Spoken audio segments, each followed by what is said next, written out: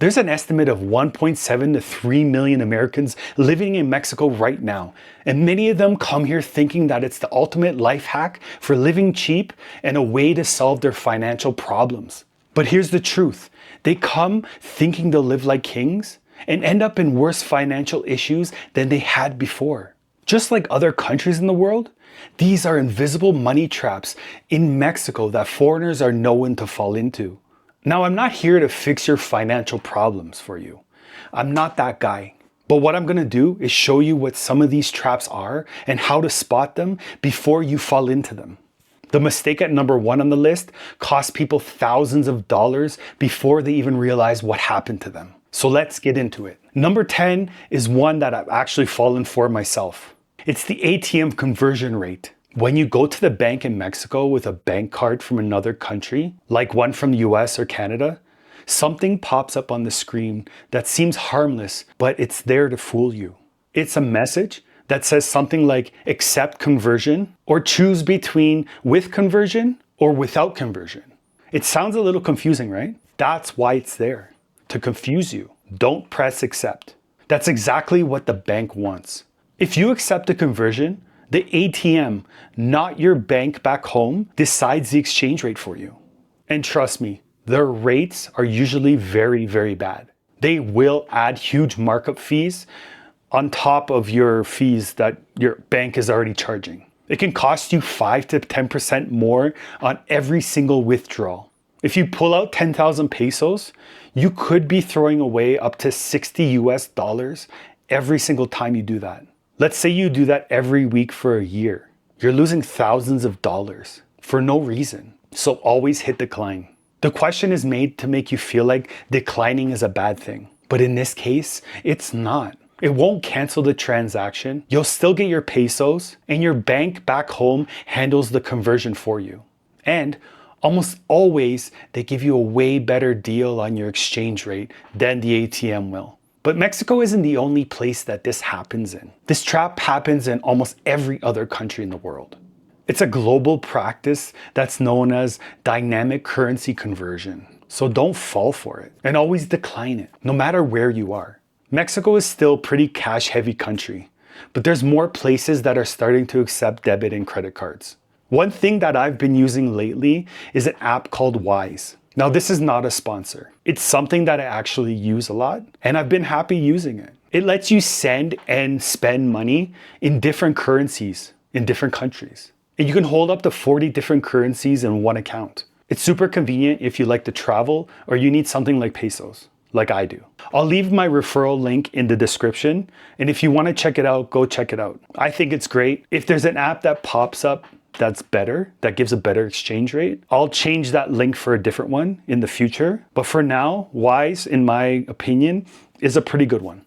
Which brings me to number 9, paying in US dollars instead of pesos. A lot of places like taxis, restaurants, beach vendors, and food stands will let you pay with US dollars. I mean, even McDonald's will let you pay in US dollars if you want, but it will cost you. Sometimes not exchanging your money for pesos feels easier, but you're basically paying a lazy tax. You will get charged more. The rate will be worse than if you went and changed your dollars into pesos at some exchange booth or whatever. And over time, it can get very, very expensive. And you know why? It's because the businesses get to pick the rate. Let's say if the rate is 18 pesos to $1 US. They might only give you 15 pesos. On a $100 dinner, you just handed them 20 extra dollars for no reason. Just always have some pesos on you. If you absolutely have to use dollars, ask them what the rates are before you hand over the cash to them or before you order anything. But to some people in Mexico, this is a no-no. They say that people paying the lazy tax instead of exchanging their dollars for pesos is inflating the economy, especially in some tourist spots around the country. And it's making it harder for locals to live in those places because of this inflation. So not only is it cheaper to have pesos, but it's more respectful too. And I think respect is a big thing we all need to carry around with us everywhere we travel or everywhere we go. Next up is number 8, trying to bring your old furniture with you to Mexico. Now I get it. You love your couch, you love your TV, you love your bedroom set, But if you don't have the right documentation and paperwork for the move, you can be charged 19% import tax. You'll be charged when your stuff is already packed in the van and it's at the border. Actually, import tax can be anywhere between 16% and 30% of what all your stuff costs, brand new. Now, I read online if you have a Mexican temporary or permanent residency, you're entitled to one-time duty-free import of household goods, including furniture. But there's a catch here. Everything must have been purchased and used for at least 6 months before you move. New items or those in original packaging might be charged import tax if you're not careful. You also need to apply for a specific certification at a Mexican consulate in the US before you move. And it looks like that it's a fee of about 150 to 195 US dollars. And on top of that, even with the certificate, apparently you need a customs broker at the border just to process the proper paperwork, the proper legal paperwork. And you have to complete an import of your stuff within 6 months of your first entry as a resident. And if you don't have the proper receipts, the proper paperwork for everything, how can you say that it's not new, even if it's falling apart? I'm not saying this will happen to you, and you'll end up getting charged a 19% or more import fee. It might just work out and you might just be fine. But what I'm trying to say here is that it seems like an awful lot of hassle to bring some old furniture with you instead of buying new furniture in Mexico. I don't know, maybe I'm just crazy. But it seems cheaper and way less stressful to me. If you're interested in bringing your own furniture over the border anyways, just do your own research and make sure you have everything you need to make the move more smoothly and less of a hassle for you. Number 7 is a sneaky one, relying on your US phone plan. Now I say US because your carrier in the US probably told you that Mexico is included. Or there's a lot of carriers apparently in the US that have Mexico included phone plans. But whether you face problems or not depends on your specific carrier, really. And you have to read their fair usage policies. And if you're not from the US, you might be out of luck. While many plans in the US include Mexico, they're designed for travel, not for permanent relocation. You need to really check your phone provider agreement. Some of them, after a month or two, will notice that you haven't been back to the US, and suddenly you'll notice that the internet speed is really slow, like 1990s dial-up internet slow. In many cases, if you stay past your carrier's roaming window, which is usually 60 to 90 days, they might cut off your data or completely cancel your line. I mean, the best move really is if you're gonna spend more than 2 or 3 months in Mexico, just get a local SIM card. Or you can use an eSIM like Roamless. It's another app that I actually use. And what I use it for is when I'm out and I don't have Wi-Fi from my house, I use it to stream lives on YouTube and other places. And the data connection is usually more stable for me. You can use it in a lot of countries too. I just got back from a trip to Rome and I used Roamless eSIM the whole time I was there. And it worked really well. Again, this is not another paid promotion or anything like that, but I'll put the link in the description. If you decide to use it, I get a little bonus credit that I can use for future eSIM data. So check it out if you want. A phone plan here can be dirt cheap, depending on where you get your phone plan from. But there's other ways to make calls and surf the internet on your phone without being on a phone plan or using an eSIM. Like only making calls or surfing the web on Wi-Fi. I mean, that's doable. Or moving your US phone number to something like Google Voice. Number 6 is the Fideicomiso. It's basically a bank trust. If you're a foreigner buying property within 50 kilometers of the Mexican coast or within 100 kilometers of the border, you can't technically own it in your name. A trust company, that's usually a bank, has to hold it in a trust for you. As I speak right now, it looks like the cost is between $2,000 and $3,000 US dollars for this initial setup for this trust. And once it's all set up, there's a yearly fee. Some banks might charge based on the percentage of the property value, while others charge a flat fee. Now, what I can find online is it seems to be somewhere between $500 and $1,000 US dollars. This is to maintain it yearly, but don't quote me. You can just look it up yourself. And this is a forever yearly fee. Also, this Fideicomiso is valid for 50 years, but it can be renewed at the end. Why I'm talking about this is that many foreigners budget for the setup fee only and don't realize that there's a yearly fee to be paid. If you're planning to retire in Mexico for the next 30 years and want to buy a property near the border or near the ocean, that's an extra 30 grand that you need to account for in your budget. Again, if you're looking to buy or get into property in Mexico, make sure you talk to the proper advisors to find out what you need and what it will cost you. Number 5 actually has ruined people's lives, and it's falling for those sketchy pre-construction sales. These deals, or should I say scams, happen all over the world. I know way too many stories about them even in Toronto, Canada, where I grew up. Buying the condo before the construction company breaks ground can save you a lot of money. Sometimes it's like 50 to 30% off the projected market value of the place. That sounds amazing, doesn't it? And on top of that deal, a lot of times you only have to come up with 30% of the down payment at the very beginning when you purchase this property. And usually early buyers get things like the best units with the best ocean views that are better for resale value or rental value. A lot of people look at this like a steal, and it really seems like one.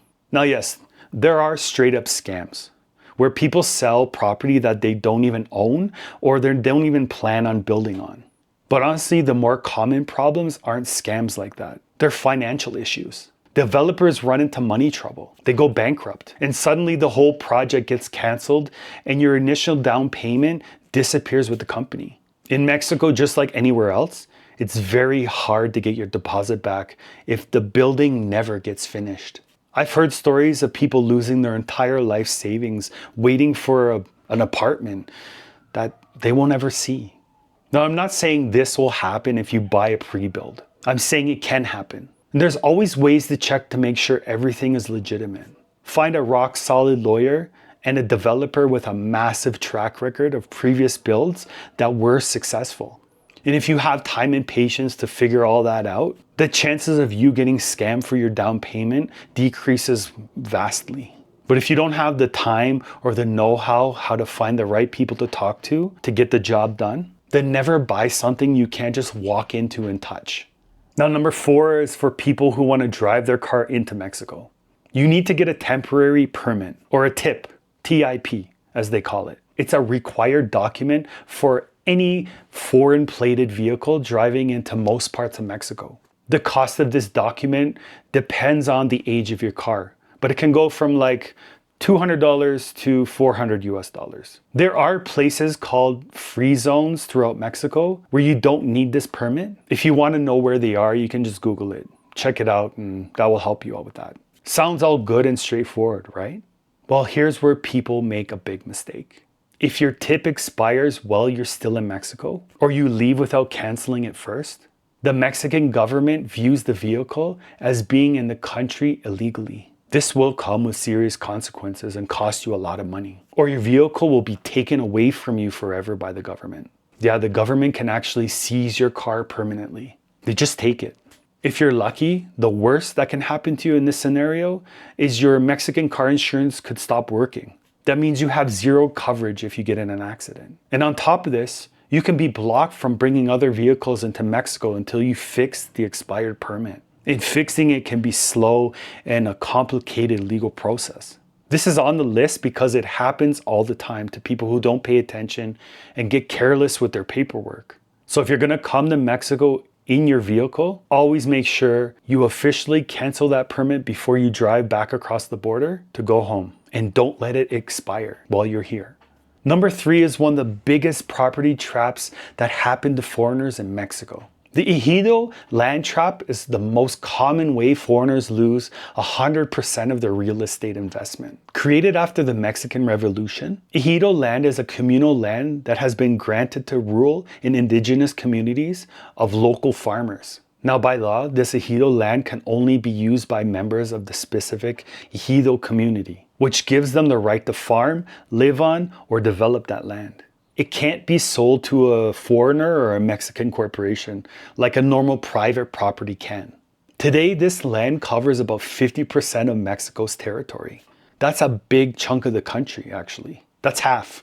So if you've been looking to buy land in Mexico, the chances are that you probably come across a listing for this type of land. Just remember, if you find a listing and a price that's too good to be true, usually it is.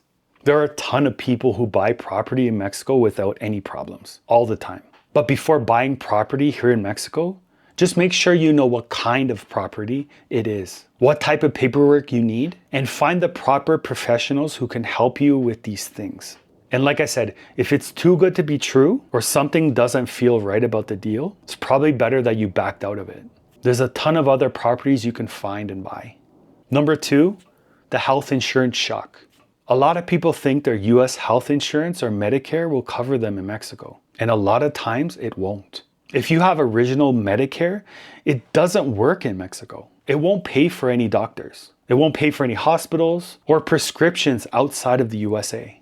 Most private US healthcare insurance plans, like the ones you get from work, don't have a direct billing with Mexican hospitals. So even if your US plan says that it covers international emergencies, private hospitals in Mexico will ask you to pay up front before they even admit you and start anything on you.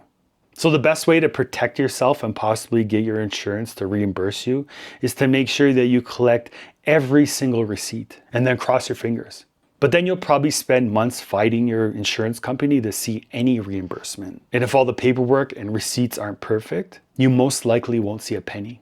If you have an emergency and end up in a private hospital here without proper insurance, they usually want a credit card or cash before they even start any treatment.